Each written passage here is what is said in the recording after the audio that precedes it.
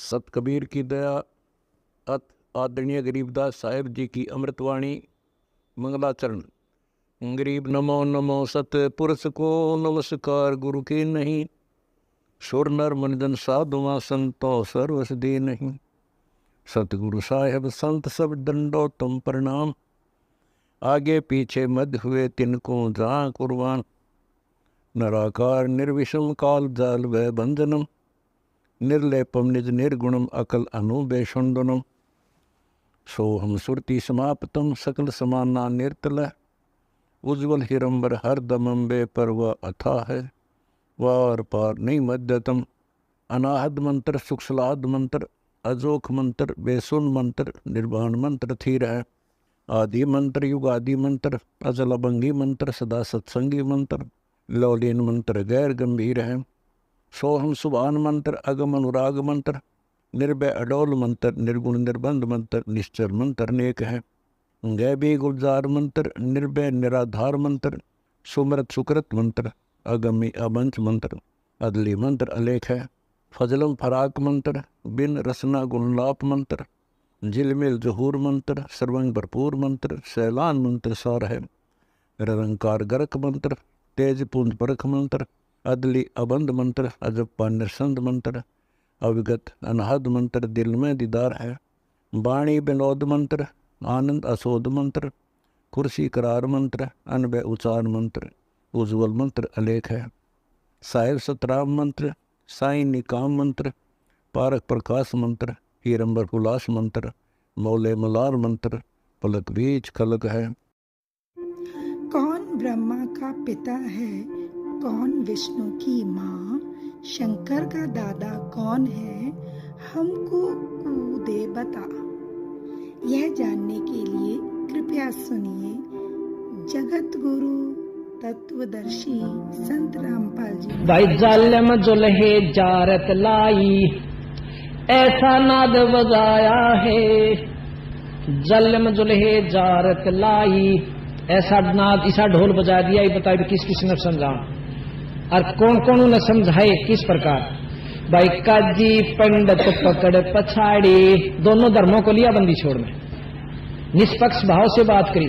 भाई काजी पंडित पकड़ पछाड़ी, तिनको जवाब नहीं आया है। जालिम जुल्हे जारत लाई, ऐसा नाद बजाया है। जालिम जुल्हे जारत लाई, ऐसा नाद बजाया है। जालिम जुल्हे जारत लाई, सठ दर्शन सब खारिज कीने। सठ दर्शनी महात्मा है जो सठ दर्शनिया में कई संत आ जाते हैं, कई भेख आ जाते।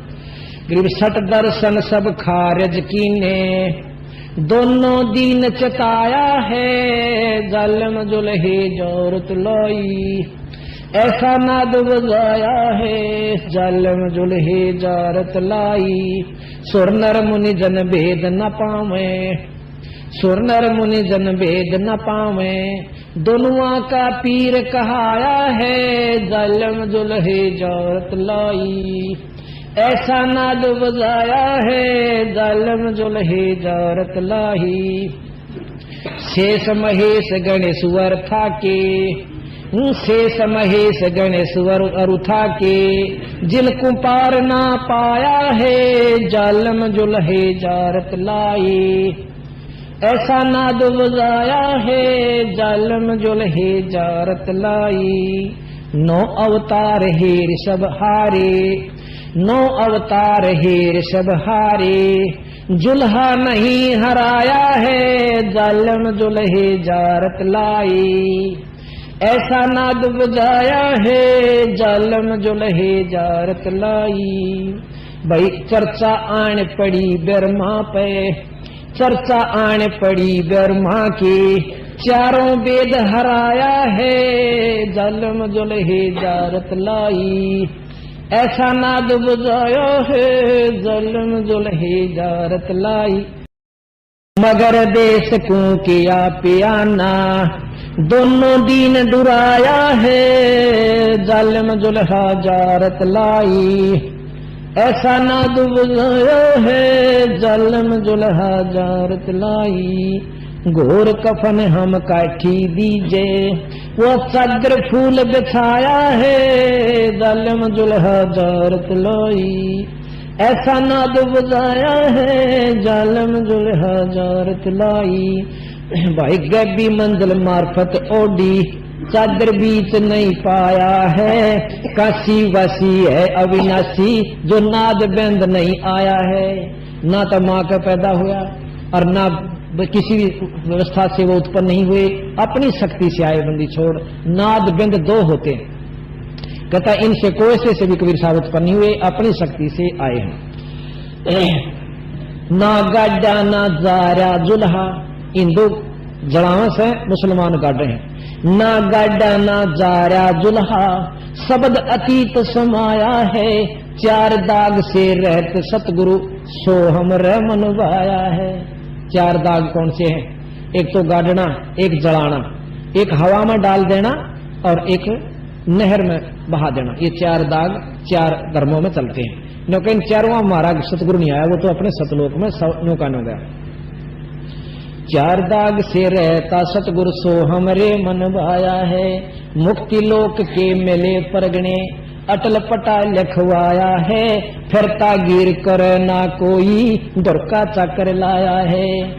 तकत हजूरी चाकर लगे, सत का दाग दगाया है। सतलोक में सेज हमारी, एक अवगत नगर बसाया है। भाई चंपा नूर तूर बहु भांति, आण पदम झलकाया है। धन बंदी छोड़ कबीर गुसाई, दास गरीब बधाया है। देख परमात्मा गरीबदास जी खुद कहते हैं कि भगवान कबीर सतलोक तो आए थे और फिर सतलोक में चले गए। वो हमारा देश है भाई, इसने झूठ मत समझो रे, थारी अपनी कमजोरी रह जाएगी। शब्द अतीत सकल सरबंगी, रमता राम जुगा जुग है। तू जाने या हंस की मूर्त, ये कौआ हंस बुगा बुग है। शब्द महोदित अनहद गाजे, शब्द महोदित अनहद गाजे। शील संतोष विवेक, शब्द महोदित अनहद गज। हीरे लाल नगा नग है, अमृत पीजे भेद न दीजे।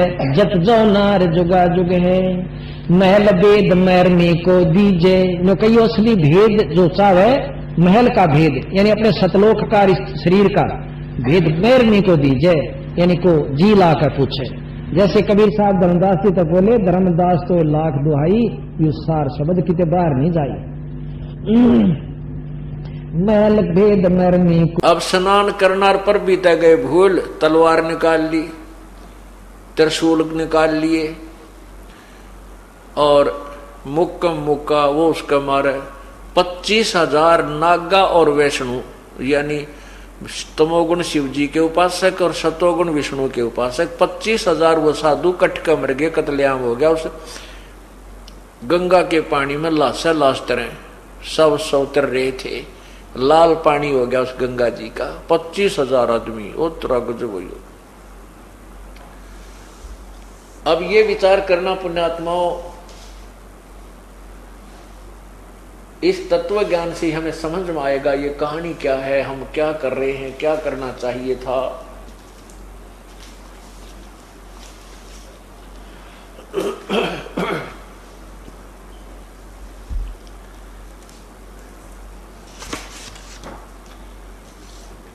अब इसके विषय में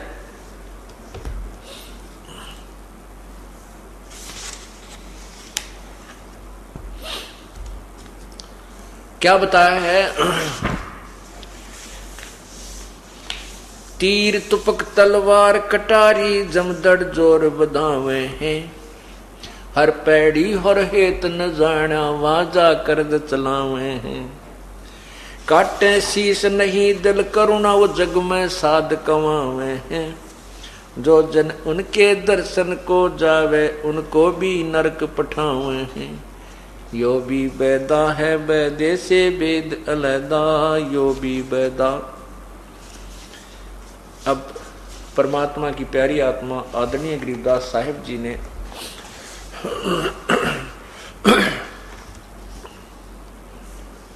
कबीर परमेश्वर से तत्व ज्ञान प्राप्त करके फिर उसका आगे विश्लेषण किया है, उसमें आपको हम सुनाते हैं।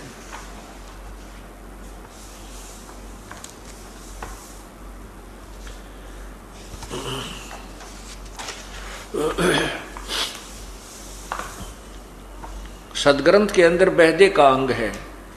बैरागी सन्यासी सब ही चूतड़ छार लगावे हैं, 500 रांड 2500 लड़के धूंधू धार मचावे हैं। अब देखो परमात्मा ने क्या कहा है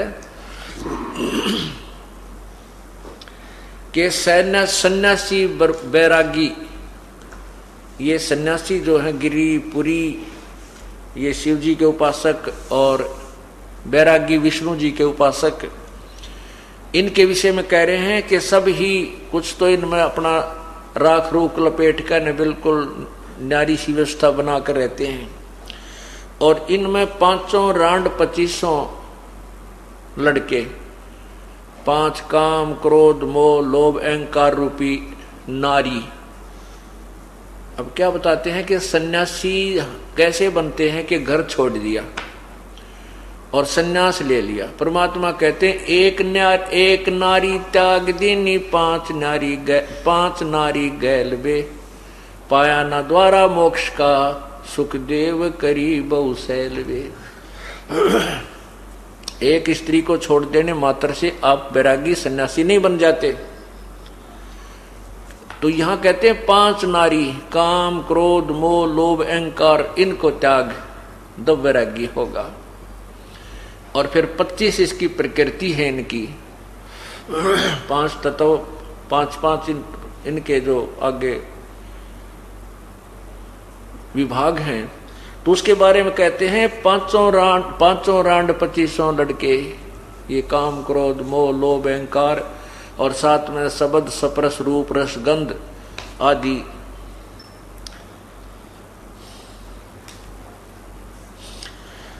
बैरागी सन्यासी सब ही चूतड़ छार लगावे हैं, 500 रांड 2500 लड़के धूंधू धार मचावे हैं। जो भी बैदा है, बैदा माने व्यर्थ, यूजलेस, मतलब कति जिसका कोई फायदा नहीं करने का, जो साधनाएं तुम करते हो वो बैदा में गिनी है, वो व्यर्थ गिनी है, यूजलेस।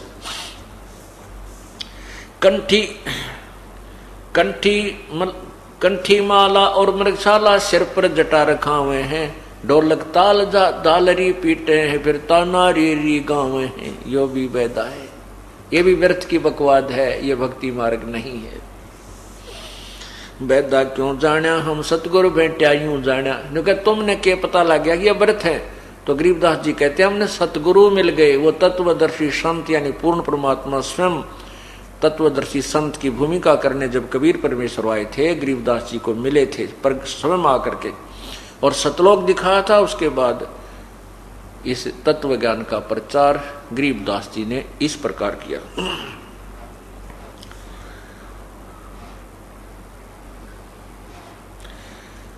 करवा और कोपीन लिए जो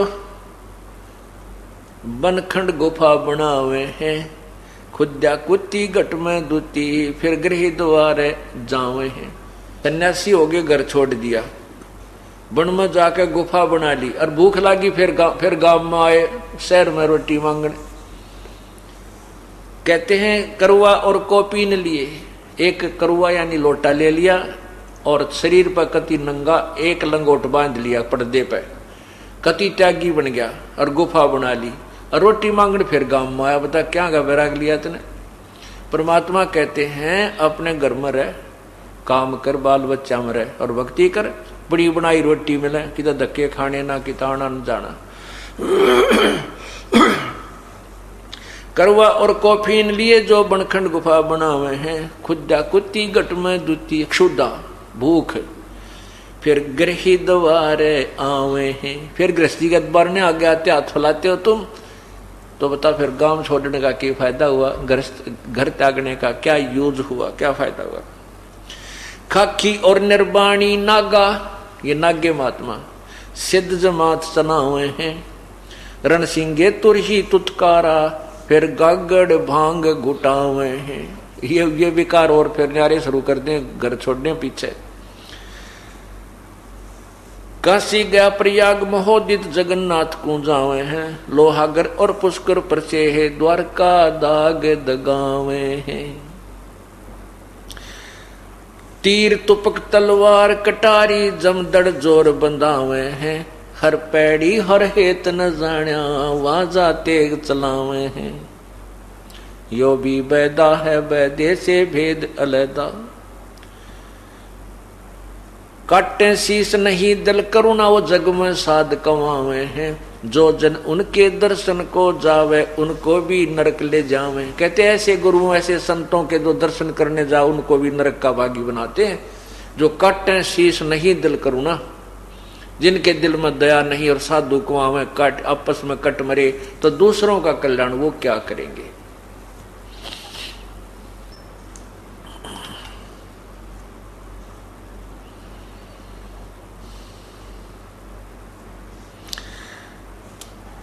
सन्यासी शंकर को भूले बम्ब महादे झावे हैं, काकड़ भांग तमाखू पीवे बकरे काट तड़ावे हैं। सन्यासी शंकर को भूले वो बम्ब महादे जावे हैं। आपने देखा होगा कि भगवान शिव के उपासक जब कावड़ लाते हैं, वो ना तो शंकर भगवान कहें, वो इन्हों क्या आग्रह ओ बोले, और लड़कियां बहनों को कहेंगे ए बोली आगे नोले। यानी आप पे तो बोले बन रहे हैं, आप पे बोली बन गए। भगवान की वो इज्जत कर रहे हैं या बेइज्जती, या भी समझ में ना आती। और फिर क्या बोलते आते हैं बम बम बम बम। ये कोई प्रभु का नाम नहीं है। तो कहते सन्यासी शंकर को बोले बम्ब महादे धावे हैं, परमात्मा को बम्ब बम्ब करके वो याद करते हैं।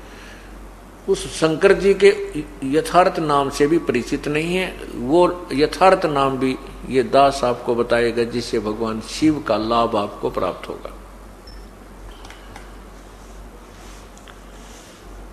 अब आपने सुना कि तीनों गुण रजगुण ब्रह्मा, सतगुण विष्णु, तमगुण शिव जी के पुजारियों को पवित्र गीता जी अध्याय नंबर 7 के श्लोक 12 से 15 में राक्षस स्वभाव को धारण किए हुए मनुष्यों में नीच दुष्कर्म करने वाले मूर्ख, ये 4 उपमा दी है इकट्ठी है। ये इसलिए है जो आपको अभी उदाहरण स्पष्ट किया, उदाहरण के द्वारा आपको स्पष्ट किया। अब गीता ज्ञान दाता ब्रह्म अपने विषय में भी कहता है कि मेरी भक्ति भी अनुत्तम है, अश्रेष्ठ है। क्योंकि गीता अध्याय नंबर 4 श्लोक 5 में कहा कि अर्जुन तेरे और मेरे बहुत जन्म हो चुके हैं, तू नहीं जानता मैं जानता हूं। अब जन्म और मृत्यु होती रहेगी तो जीव सुखी नहीं है। पूर्ण सुख तभी प्राप्त होगा, मोक्ष तभी प्राप्त होगा जब हम सदा के लिए जन्म मृत्यु से मुक्त हो जाएंगे। उसके विषय में गीता ज्ञान दाता भगवान कहता है कि उसके लिए किसी तत्वदर्शी संत की खोज कर। अब आपको दिखाते हैं 7वें अध्याय के 18वें श्लोक में अपने विषय में कहा है कि मेरी भक्ति भी अनुत्तम है। ये देखिएगा पवित्र गीता जी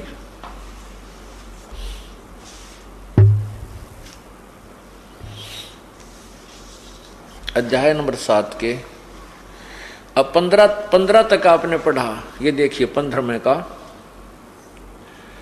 इसमें कहा कि माया के द्वारा जिनका ज्ञान हरा जा चुका है, असुर स्वभाव को धारण किए हुए मनुष्यों में नीच दूषित कर्म करने वाले मूर्ख मूढ़ लोग मुझको नहीं बचते, गीता ज्ञानदाता कह रहा है। अब मुझको नहीं बचते, इससे सिद्ध है कि तीनों गुणों कोई और हैं जो पूजा करते हैं, वो ब्रह्मा विष्णु महेश है। अब 16 में लिखा है कि मेरी भक्ति भी 4 प्रकार के करते हैं। हे भारतवंशु श्रेष्ठ अर्जुन, उत्तम कर्म करने वाले अर्थार्थी, आर्त, जिज्ञासु और ज्ञानी, इस ऐसे 4 प्रकार के भजन मुझको भगतजन मुझको भजते हैं। क्या बताते हैं कि मेरी साधना भी, अब तो कह रहे हैं कि मेरी भक्ति नहीं करते, ये अन्य देवताओं की पूजा करते हैं। और मेरी भक्ति भी 4 प्रकार के करते हैं। अर्थार्थी, अर्थार्थी माने जो धन गणा ज्यादा धन वृद्धि के लिए, यानी अपने कारोबार में बरकत करने के लिए वेदों के मंत्रों के आधार पर अनुष्ठान करते हैं, धार्मिक अनुष्ठान। वो अन्य उपासना नहीं करते, अन्य उनकी जैसे ओम जय जगदीश रे, स्वामी जय जगदीश रे, जय गणेश देवा कहते, इस तरह की पुस्तकों पर विश्वास वो नहीं करते। वो केवल वेदों पर विश्वास करते हैं और वेदों के मंत्रों के आधार पर ही वे धार्मिक अनुष्ठान किया करते हैं, वो अर्थार्थी। और फिर आर्थ, संकट निवारण के लिए भी वेदों के ही मंत्रों का यानी श्लोकों के उच्चारण उन अनुष्ठानों के आधार पर करते हैं। और तीसरा जिज्ञासु, जिज्ञासु वो होता है जो परमात्मा प्राप्ति के लिए दृढ़ता से चलता है और उसने फिर ज्ञान ग्रहण कर, संतों के पास जाता है, ज्ञान ग्रहण कर लेता है। उस ज्ञान के ऊपर अनुसरण ना करके वो वक्ता बन जाता है, वो ज्ञानी, वो जिज्ञासु, वो भी व्यर्थ बताया। जो चौथा ज्ञानी है, चौथे ज्ञानी को इन तीनों से ठीक बताया कि वो ज्ञानी जो है वो मेरी भक्ति करता है। ज्ञानी किसे कहते हैं? जिसको ये ज्ञान हो गया कि मनुष्य जीवन बार बार नहीं मिलता और मनुष्य जीवन प्राप्त करके भक्ति करनी चाहिए। वेदों में उन्होंने पढ़ा कि एक ही परमात्मा है जो जिसकी भक्ति करने से जीव का पूर्ण कल्याण हो सकता है। उस एक ही प्रभु की भक्ति करनी चाहिए, अन्य उपासना अन्य देवताओं की, ब्रह्मा विष्णु महेश आदि की नहीं करनी चाहिए। उस ज्ञानी को इतना पता हो गया तो उसने वेदों को पढ़ा, स्वयं ही निष्कर्ष निकाल लिया कि उसमें ओम नाम लिखा है, ओम नाम ही मोक्षदायक है, क्योंकि उस ज्ञानी को तत्वदर्शी संत नहीं मिला और तत्वदर्शी संत के बिना वेदों को समझा नहीं जा सकता। गुरु बिन काहू न पाया ज्ञाना, जो थो था बुछड़े किसाना। गुरु बिन वेद पढ़े जो प्राणी, समझे न सार रहे अज्ञानी। तो उन ज्ञानी व्यक्तियों ने जैसे चुनक ऋषि जैसे, वशिष्ठ ऋषि जैसे, कपिल ऋषि जैसे, इन ज्ञानियों को ये तो पता हो गया कि भगवान की भक्ति करने से मोक्ष होगा, अन्य देवताओं की पूजा से नहीं करनी चाहिए। और वेदों को पढ़ा, वेदों में यजुर्वेद अध्याय नंबर 40 के मंत्र नंबर 15 में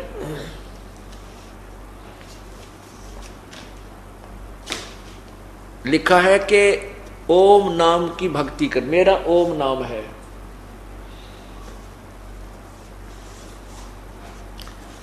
ये वेदों का ज्ञानदाता और गीता जी का ज्ञानदाता ब्रह्म है। अब देखिए यजुर्वेद में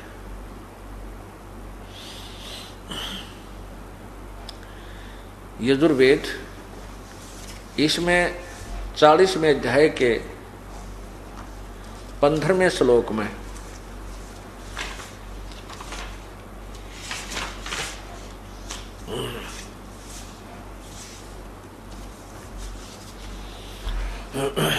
इसमें है 40वां अध्याय यजुर्वेद भाषा भाष्यम 44वां अध्याय यानी 40वां अध्याय। नीचे देखो यहाँ पर ये 15वां मंत्र है।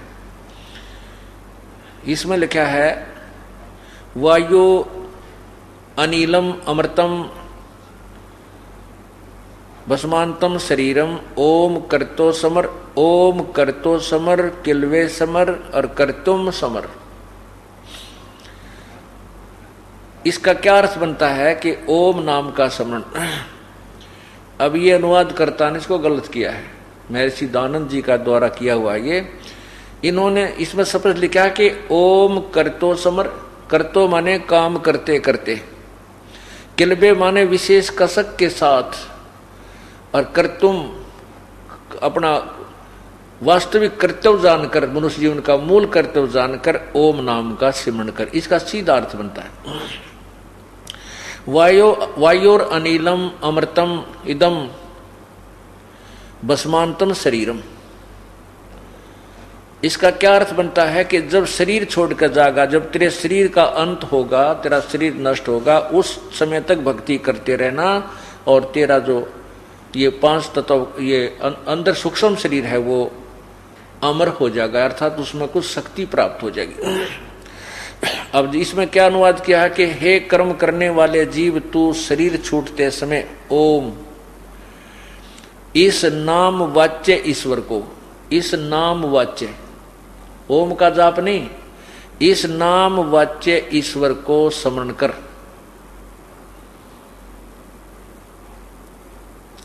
अपने सामर्थ्य के लिए पर परमात्मा और अपने स्वरूप का स्मरण कर, अपने किए का स्मरण कर। इस संसार का धनजादि रूप वायु, कारण रूप वायु को कारण रूप वायु, अविनाशी कारण को धारण करता, इसके अनंतर यह नष्ट होने वाला सुखादि का आश्रय शरीर अंत में भस्म होने वाला होता है, ऐसा जान। इसका सीधा सा अर्थ है, देखो फिर समझदार आदमी हो, ओम करतो समर किलवे समर करतुम समर। ओम नाम का जाप काम करते करते सिमरण करो, कलबे माने विशेष कसक के साथ सिमरण कर, और करतुम अपना मूल कर्तव्य जानकर सिमरण कर। सीधा से अर्थ है, इसमें कोई गोलमोल की बात है कोई ना। अब ये तो गीता ज्ञान वेद ज्ञान दाता अपने लिए कह रहा है। अब इसमें 17वें श्लोक में 2 भगवान, कोई और भगवान बताया है, नीचे देखो 17वां। इसमें लिखा है कि हे मनुष्यो, जिस ज्योति स्वरूप रक्षक मुझ से अविनाशी यथार्थ कारण के आच्छादित मुख के तुल्य उत्तम अंग का प्रकाश किया जाता है, जो वह प्राण व सूर्य मंडल में पूर्ण परमात्मा है।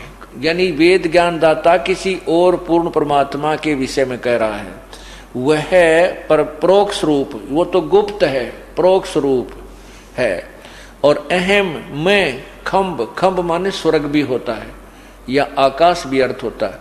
मैं आकाश में, मैं ब्रह्म, अहम ब्रह्म, ये ऊपर इसका देखना। हरमेन पात्रेण सतस्य अपहितम मुखम ये असौ आदित्य पुरुष स अहम ओम खम्ब ब्रह्म। ओम अहम मैं, ओम खम्ब ब्रह्म, खम्ब माने स्वर्ग में ब्रह्म। मैं जो गीता वेद ज्ञान दाता कह रहा है कि मैं ब्रह्म, और ओम नाम के जो जाप करते हैं उसको ब्रह्म तक ले जाता, यानी स्वर्ग तक जाते हैं। और वो परमात्मा तो गुप्त है, आगे लिखा है प्रोक्ष है, सब गुण कर्म कर प्रोक्ष है। मैं आकाश के तुल्य व्यापक, सबके गुण कर्म और स्वरूप करके अधिक हूँ। ओम, ओम सबका रक्षक जो मैं, उसका ओम ऐसा नाम जानू। अब इसमें क्या है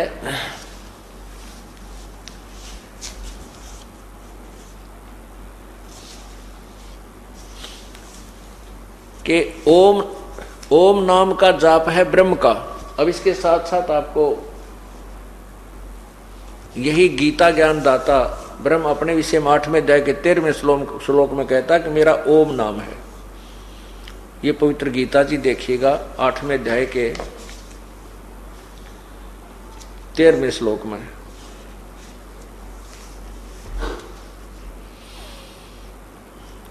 लाख मानव शरीरधारी प्राणियों को नियत खाएगा। और जो परमात्मा कबीर जी की शरण में आ गया तो उसकी रेंज से बाहर हो जाएंगे, वो उसकी पहुंच से बाहर हो जाते हैं, उनको वो कुछ परेशानी पैदा नहीं कर सकता।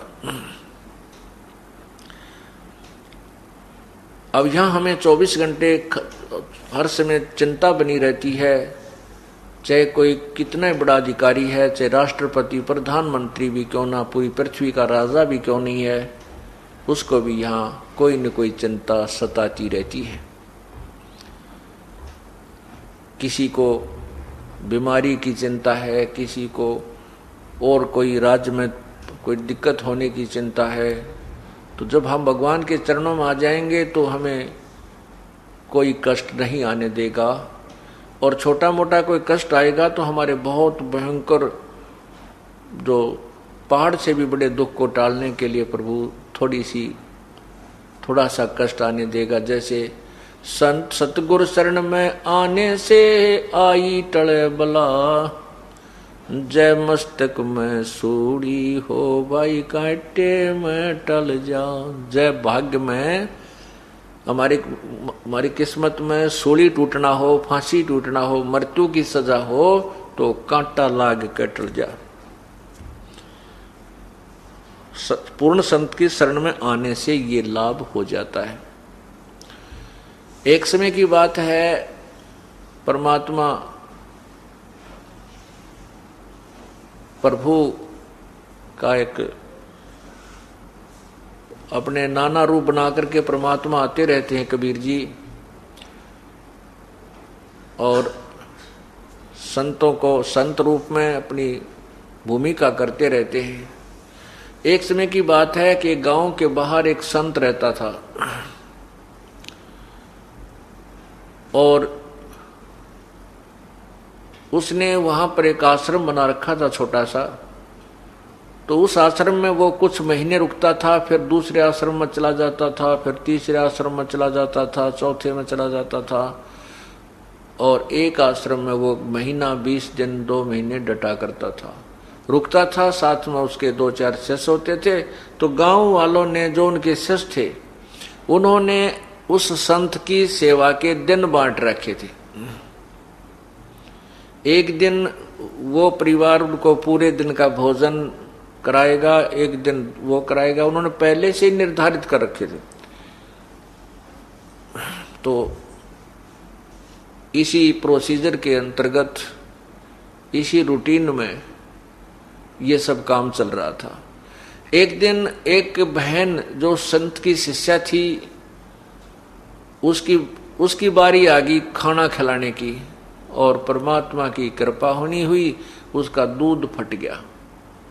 दूध फट गया तो उस बहन ने सोचा आज तो बात बिगड़ेगी, जय गुरु जी के लिए खीर नहीं बनाई तय। एक मुश्किल से 1 महीने में नंबर आया है, और आज खीर ना बनी तो बात बिगड़ जाएगी। वो एक पड़ोसन के घर गई, जाके बैठ गई। पहले कोई वस्तु मांगने से पहले शिष्टाचार के नाते कुशल मंगल पूछी जाती है। उस सत्संग में जाने वाली बहन ने, जो नए सत्संग में जाने वाली बहन थी, उसके घर में जाके कहा कि बहन कुशल तो है। उस बहन ने कहा कि बहन के कुशल बताऊं, आपको सब पता है, छोटा सा बेटा था, मेरा छोटा सा बालक था, लड़का, उसी समय पति की मृत्यु हो गई थी। फिर मैंने सोचा था इस बच्चे ने पाल पोस दूंगी, बड़ा होगा, इसके आस पर मैं अपना दिन तोड़ रही थी कि बड़ा होकर के ये लायक निकलेगा और अपने काम ने संभाल लेगा। यो ऐसा निकम्मा हो गया, शराब पीने लग गया, नशे करता है, मेरी एक भी बात नहीं मानता, सारी सारी रात पता नहीं कहाँ घूमता रहता है, कभी देर से आता है, कभी सवेर से आता है, काम को कहती हूँ तो मानता नहीं है। मैंने तो रो रो के अपनी आंखें खराब कर ली है, क्या करूं, कहाँ जाऊं, कहाँ मरूं। तब उस बहन ने कहा, बहन आप सत्संग में जाने वाली बहन ने कहा कि आप मेरे साथ सत्संग में चला करो, वहां जाने से आपका दुख हल्का हो जाएगा। बहन भाइयों में बैठोगी, बतलाओगी, भगवान की चर्चा सुनेगी, तेरा कष्ट कुछ नरम बनेगा। वो बहन कहने लगी कि बहन मैं नहीं जा सकती सत्संग में, क्योंकि मेरे सिर पर धनी नहीं है, मेरा पति नहीं है। तुम्हारे तो पति हैं और दुनिया की जुबान बंद है। यदि मैं सत्संग में जाने लगी तो ना जाने लोग के बात बनाएंगे कि इस पर धनी नहीं है सिर पे, और ये ऐसे ऐसे बदनाम किया करेंगे। तब वो सत्संग में जाने वाली गुरु की शिष्य ने समझाया, बेबे ए बहन, हमने समाज नहीं देखना, हमने अपना आत्म कल्याण देखना है। देखो मीरा सत्संग में सुने हुए विचार जो थे गुरुदेव से, तो वो गुरु की शिष्या बताने लगी कि मीराबाई ने समाज नहीं देखा, भगवान देखा। यदि मीराबाई समाज से डरकर और सत्संग में ना जाती तो मीराबाई को कोई याद नहीं करता, उसका मोक्ष नहीं होता, वो भी कितने गधी बनी फिर रही होती। मीराबाई को ये समझ में आ गया था कि ये समाज मेरे को कोई लाभ नहीं देगा, जब मैं शरीर छोड़कर जाऊंगी उस समय मेरा किया हुआ पुण्य और ये भजन मेरे साथ रहेगा। जिस कारण से उसने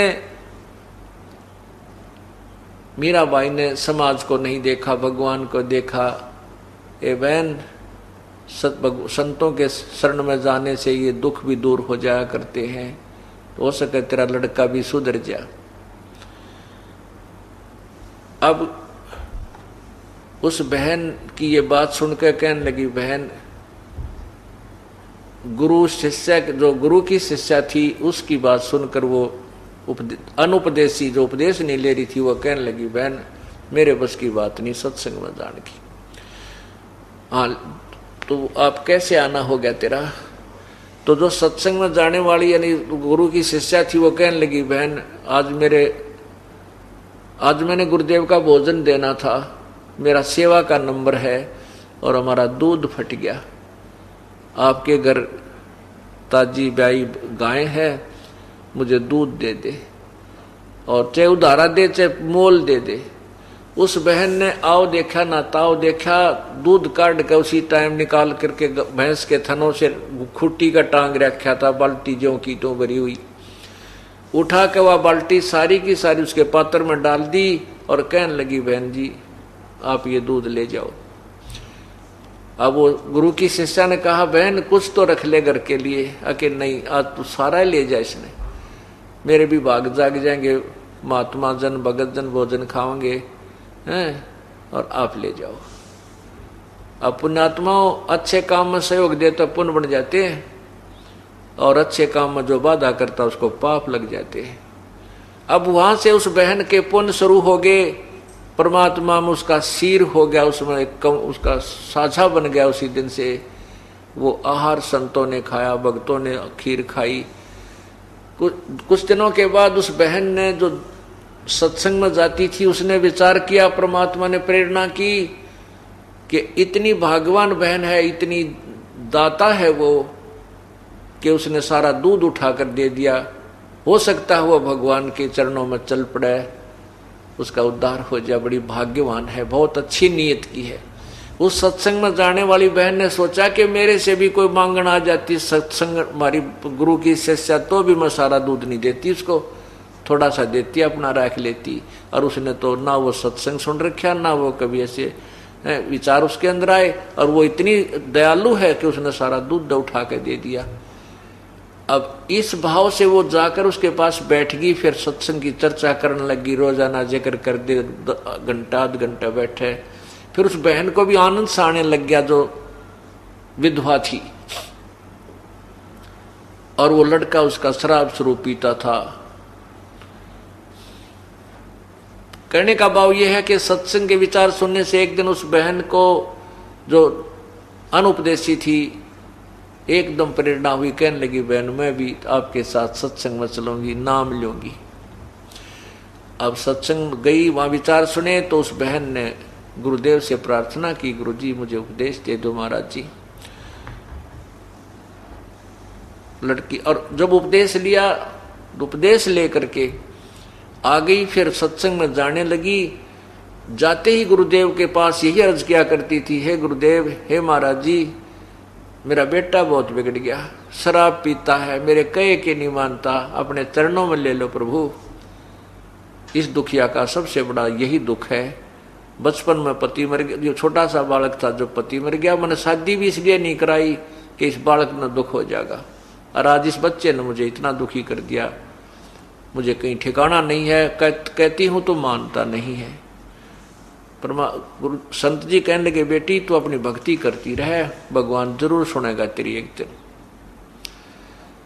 अब क्या होता है कि सत्संग में आने से पता चलता है कि भाई कुछ दान पुण्य भी करना चाहिए, उस बहन का ने को प्रेरणा हुई कि मैं पूरे दिन का, उसने फिर कहा जो बहन उसको नाम दिला के लाई थी उसी से कहा, बहन एक दिन की सेवा मुझे भी दिला दो, मैं भी कुछ सेवा करना चाहती हूँ गुरुदेव की। अब उसने दो चारों से प्रार्थना की, सब नाटकीय कहने लगे, ना भाई ना बहन, मुश्किल से दिन मिला हमारे को तो आज सेवा का, हम तो अपनी बारी नहीं देंगे। उस बहन ने जो उसको नाम दिला के लाई थी उसी ने अपने टर्न में से शाम के समय का भोजन दे दिया, बहन सुबह का तो मैं खिलाऊंगी, अगली जो बारी आई तो शाम का तू खिला दिए। तो बड़ी खुशी हुई उस बहन ने, जो नई सत्संग में गई थी, पहली बार उसने सेवा का मौका मिला, खुशी खुशी में खीर बनाई, हलवा बनाया, रोटी बनाई, सब्जी बनाई, और इस रुचि में आज गुरु जी को खिला के आऊंगी, भक्तों को खाना खिलाऊंगी। अब क्या हुआ, खेल कुदरत का हुआ, बहन खाना बना रही थी, उसको बुखार हो गया, बहुत जबरदस्त बुखार हो गया, और इतना हो गया कि वो 10 कदम नहीं चल सके। अब उस बहन ने अपने आप को कोसा, देखे भगवान आज तो मुझे मुश्किल से अवसर मिला था वो गुरुदेव की सेवा करने का, और आज ये बुखार बन गया, मैं 10 कदम नहीं चल सकती। और वो बेटा ऐसा नालायक से आवत आवर ना भी आवर, आ भी गया तो वो कया ना माने, वो कति नहीं जाओ, और आज मैं सेवा नहीं कर पाऊंगी तो मुझे कभी भी टर्न नहीं मिलेगी, मुझे कभी सेवा का मौका नहीं मिलेगा, मेरा जीवन व्यर्थ हो जाएगा। इतने में वो लड़का आ गया, वो लड़का आ गया तो उसको उसकी माँ ने कहा, बेटा मेरा एक छोटा सा काम कर दे आज तू। वो बोला कि क्या क्या काम है माँ? बेटा मैंने ऐसे ऐसे नाम ले लिया गुरुजी का, और ऐसे ऐसे उस तेरी चाची ताई से मैंने शाम का सेवा मांग रखी है, गुरुजी का भोजन दे करना बेटा, मेरा बुखार हो गया देख। अब वो लड़के ने माँ का हाथ पकड़ के देखा, बोला माँ बुखार तो बहुत तेज है तेरे। तो उसकी माँ बोली, बेटा ये रोटी मैंने बांध डाल रखी है और तू आश्रम में दे आ। वो थोड़ी सी दूर पर आश्रम था, एक किलोमीटर दूरी पे। तो वो उस लड़के ने के स्कीम बना रखी, उस लड़के ने, हाँ, तो वो लड़का नाट गया, अकना मैं ना जाऊं, मैं ना देखा हूं तेरे गुरुजी का भोजन। उन्होंने के स्कीम बना रखी, वो चोरी करने लगे, और उन्होंने उस अपने साथियों से मिलकर उस बहन के लड़के ने और अन्य साथियों ने सलाह बना रखी कि रात्रि के समय राजा के महल में चोरी करांगे। रानियां के 9-9 लाख के हार होते हैं, इतना बढ़िया सोना होता है, और उसको लावांगे और मालो माल हो जावांगे, ऐसे मकान बनावांगे, खूब दारू पिया कराएंगे। बच्चे थे जैसे अपने मन में मियाँ मिट्ठू बने। वो उन्होंने स्कीम बनाई कि रात्रि में 12 बजे उस मंदिर में इकट्ठे होंगे, तो वहां आ जाना, फिर वहां से चोरी करने चलेंगे। अब उस लड़के ने तो वो 12 बजे दिखे थे, कहीं मैं सत्संग में चला जाऊं और मैं लेट हो जाऊं और मेरे साथी चले जा चोरी करने, तू पीछे रह जा, तुझे आज हार ना मिले ना सोने क्या, तू कंगाल रह जाएगा। उसने उस अपने नुकसान को देखते हुए माँ को कति मना कर दिया कि मैं नहीं देखा हूं तेरे गुरुजी का भोजन। अब वो माँ असहाय होगी, वो बोली रे निकम्मे तू आजाद युग मेरे आजाद युग काम कर दे बेटा, जिंदगी में तने काम नहीं कहूंगी। और वो मेरी साथन थी बहन, वो भी जा चुकी है, अगर मैं उसके हाथ से भी पहुंचा देती, सब जा चुके हैं सत्संग में जाने वाले। तो उसने वह नो कह रोन लगी बैठ के एक तरफ, और तो कोई चारा के चला। वो 15-16 साल का हो रहा था, छोटा बालक होता, धमका दे, पीट दे, खुरका के भेज दे। एक तरफ जाके कोण में बैठ के खूब रोवे, ए भगवान इसी पापन को क्यों जन्म दो थे, मुश्किल से सुथरी अशुभ कर्म करने का अवसर मिला था, आज ये भी बाग में कोई ना मुझ पापन के। तो उस लड़के ने दया आ गई मन में कि देख माँ बहुत दुखी हो रही है, अरीबा तो 8 बजे हैं, तो दिया घंटा लग जाएगा, गणित गणा 9-10 बजे तक फारिग हो जाएगा। तो उसने कहा ला माँ रोआ मत, ला मुझे दे, कहाँ रखा हो, दे के आता हूँ। तो उसने बेचारी ने वो खाना पकड़ा दिया। तो वो लड़का लेकर खाना चल पड़ा। अब वो प्रतिदिन प्रार्थना किया करती थी, गुरुदेव आपके मेरे बेटे ने शरण में लेना। जो सत्संग में बहन भाई जाया करते थे उन्हें देखा कि उस बहन का लड़का आज रोटी लेकर आ रहा है। तो सब ने खुशी हुई कि गुरुदेव ने बड़ी सुनी, उसका बेटा भी शरण में आ गया। तो उन्होंने कहा, गुरुजी आज वो बहन जो आपसे बार बार प्रार्थना किया करती थी, मेरा बेटा बिगड़ गया, उसको शराब पीता है, आज वो आपका खाना लेकर आया है। आपने बड़ी सुनी। उस बहन की बहुत दुखी थी। उस लड़के ने कहा कि गुरुजी कहाँ है, महाराज जी कहाँ है। उन्हें सत्संग में गए हुए भक्तों ने कहा, भाई महाराज जी स्नान करने गए हैं, अभी आ जाते हैं। तो आध घंटा और लग गया। गुरुजी स्नान करके आए इतने, और उसको वो उंगलियां पे मिनट गिने कि कहीं तू लेट हो जा, चोरी ना कर पावे, तुझे वो धन ना मिला है। महाराज जी आए, आसन ला रखा था। परमात्मा की कथा सुनो, परमात्मा की कथा की चर्चा करो। इसके अतिरिक्त जो भी बातें करते हो, सुनते हो, वह सब व्यर्थ है। ऐसे ही आध्यात्मिक वीडियो देखने के लिए हमारे चैनल विश्व विजेता संत रामपाल जी महाराज को